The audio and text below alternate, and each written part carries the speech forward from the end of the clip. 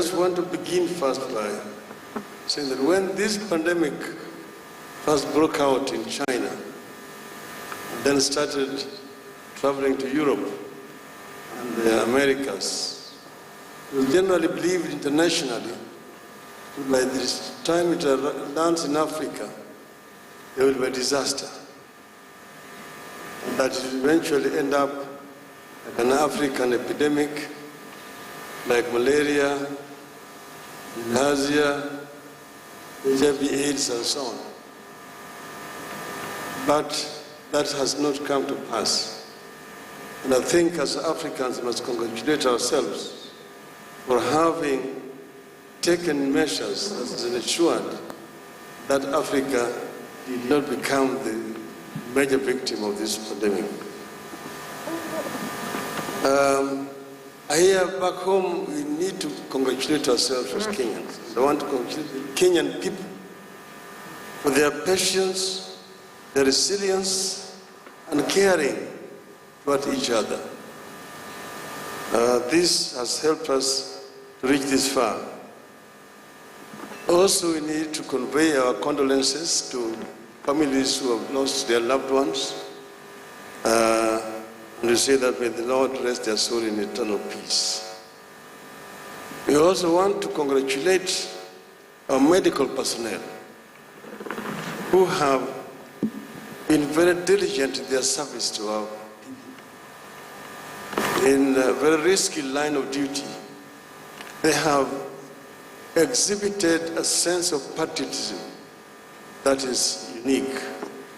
Therefore, we need to congratulate them.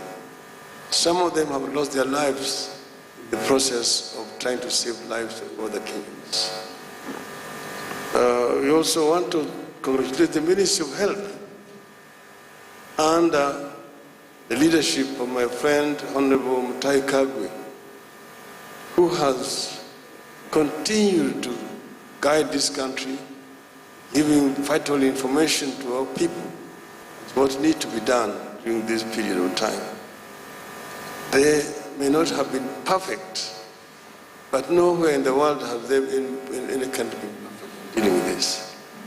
So we thank them and congratulate them. Then our religious leaders who heeded the call by the government and shut the institutions of worship, whether they are churches, mosques, or temples. We know the kind of stress that this imposed on them.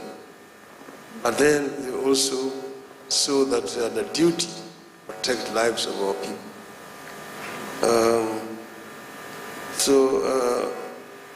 We want to congratulate them. But this pandemic has also produced young heroes in our country. The innovators, young innovators. There are people who are able to produce ventilators, beds, masks, PPEs, and so on in this period of time. It really shows a sense of innovation that our people have, and that given an opportunity, our people can excel just along the other youth in the world. Then we want to also thank our small-scale farmers. Let's remember them. Those who produce cassava, potatoes, fruits, maize, millet, chicken, and so on, who have continued to serve our cities and towns during this period of epidemic. From Busia to Kitui, to Mandera, to all over the place, they've done commendable work.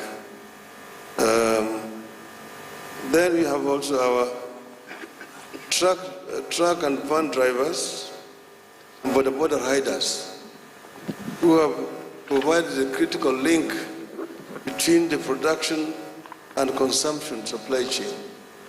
Some of them have been doing this thing at great risk to their personal safety. But there's something that we've learned from this, Mr. President. There's over-reliance on imports in our country. It's risky and dangerous. When the world shuts down, like the world is shut down, you find yourself in a situation where you're completely helpless.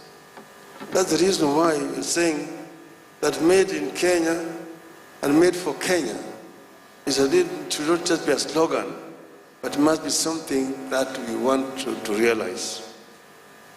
That we must begin to manufacture certain essential things like pharmaceutical products, food products, things like textiles and so on, we need to produce in our country.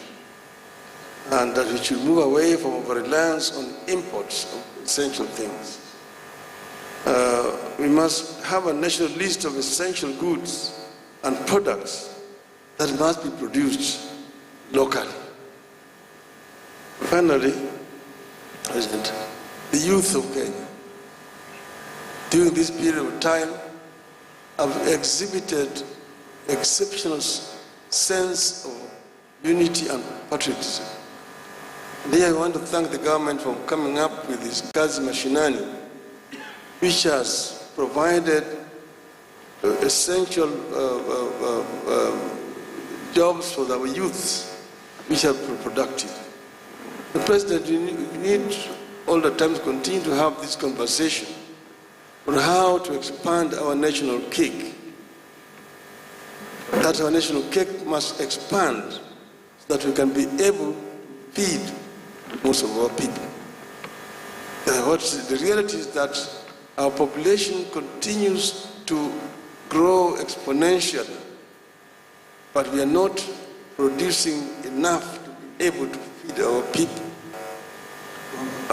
There's too much concern about consumption, taking away from the national cake than expanding the national cake.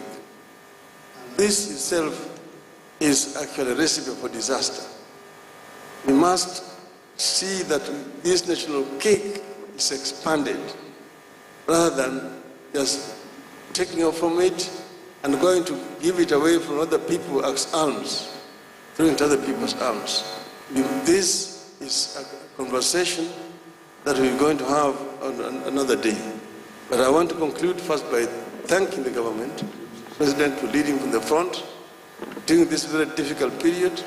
It has been very difficult to meet physically, like Honorable Ndavadi said, because we don't want the source of infection.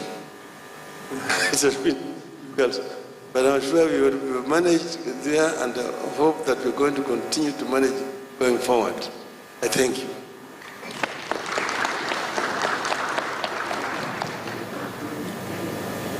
Your Excellency, distinguished participants, I request the gentleman up front to remain seated there for the next few minutes.